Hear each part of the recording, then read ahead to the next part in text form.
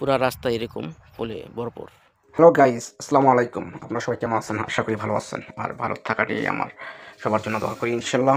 তবে আজকের যে ভিডিওটা দেখতেছেন এটা হচ্ছে ডেনমার্কের একটা ট্রেন স্টেশন। আর সেই ট্রেন স্টেশনে আমরা চলে আসলাম কোপেনহেগেনে যাওয়ার জন্য।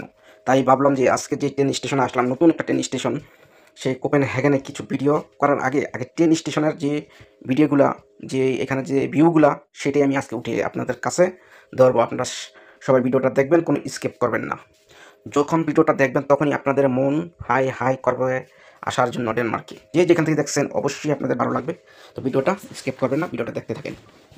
এখন যে স্টেশনের সামনে, যে স্টেশনের ট্রেন স্টেশনের সামনে যে রাস্তাটা, এই রাস্তাটা শুধু একটা রাস্তা না, এখানে যতগুলা রাস্তা গেছে, যতগুলা রাস্তা আছে ট্রেন স্টেশনের সামনে পিছনে, সবগুলা রাস্তার মাঝে চারপাশে ফুলে ভরপুর।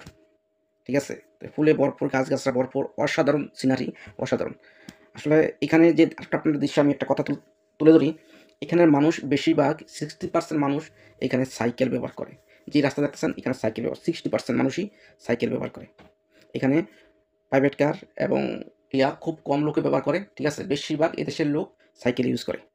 বেশিরভাগ ডেনমার্কে যারা আছে তারা সাইকেল ইউজ করে। তারা কোনো ইচ্ছা করলে এখানে মনে করেন যে BMW আরও কত কিছু আছে, সব কিছু নিয়ে ঘোরাফেরা করতে পারে। কিন্তু ওরা এখানে সাইকেল ইউজ করে। সাইকেল ইউজ করার কারণ হলো এদেশে তারা রিস্ক কোনো কিছু নিতে চায় না, যে কারণ যখন রাস্তাতে চলবে, গাড়ি আছে, যেখানে অ্যাক্সিডেন্টের খুব ভয়। তাই এখানে সাইকেল চালার জন্য, হাঁটা চলা করার জন্য এটা আলাদা করে রাস্তা দেওয়া আছে। সেখানে কোনো জ্যাম নাই, কোনো ট্রাফিক নাই, কোনো গ্যাঞ্জাম নাই, কোনো গ্যাদারিং নাই, কোনো কিচ্ছুই নাই, কোনো অ্যাক্সিডেন্টের কোনো ভয়ই নাই। ঠিক আছে? যদি উপরালায় করে, উপরালায় কিছু অ্যাক্সিডেন্ট করে, সেটা হচ্ছে আলাদা ব্যাপার। এটা হচ্ছে সব মানুষের মৃত্যু রয়েছে আল্লাহর হাত। তবে এভাবে অ্যাক্সিডেন্ট হওয়ার কোনো সম্ভাবনা নাই, খুব কম। তাই তারা সাইকেল ইউজ করে 60% লোকে। তাই আমরাও আশা করি যে আমরা সাইকেল ইউজ করব না ইউজ করব। তো এই যে রাস্তাগুলো দেখতেছেন, প্রত্যেকটা রাস্তার মধ্যে ফুলে ভরপুর। ফুলে ভরপুর। আসলে এটাই ডেনমার্ক। ডেনমার্ক যে শান্তিপ্রিয় দেশ। এই যে আমরা রাস্তায় 1 ঘন্টা 2 ঘন্টা ধরে হাঁটা করতেছি, কিন্তু কোনো লোক নাই। হয়তো মাঝে মধ্যে 2-1টা লোক পড়ে। এরকম রাস্তাতে হাঁটলে মাঝে মাঝে মাত্র 2টা লোক 3টা লোক পড়ে, 1 ঘন্টা 2 ঘন্টা হাঁটার পরে। আমরা তো 2 ঘন্টা যাবৎ হাঁটতাছি, এদিকে যেতেছি ওদিকে যেতেছি, মনে হয় যে 10 জন লোকেরও দেখা পাই নাই। এত লোক কম এই জায়গায়। কিন্তু রাস্তাঘাট বানাইছে, ফুল গাছ বানাইছে, রাস্তার আশেপাশে যতগুলো আছে, এত সুন্দর করে রাস্তা বানাইছে। এই কার জন্য বানাইছে? কিসের জন্য বানাইছে? এটা যদি বাংলাদেশের কোনো বলে, বাংলাদেশের আগে যে প্রাইম মিনিস্টার ছিল শেখ হাসিনা, উনাকে বলে যে এগুলো বানাইছে কির লিগা? উনি কি জবাব দিতে পারবো? কিন্তু বাংলাদেশের প্রাইম মিনিস্টার 16 বছর 15 বছর খালি খাইয়াই গেছে, কিছু করে জানাই।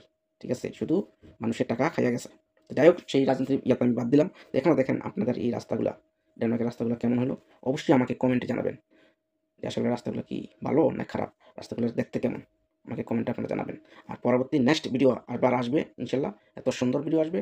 আপনারা শুধু চাইয়া দেখবেন আর কমেন্ট করবেন আর জানাবেন কিভাবে কি হলো। সবাই ভালো থাকবেন। আল্লাহ হাফেজ। আবার নেক্সট টাইম আসবো আপনাদের সামনে।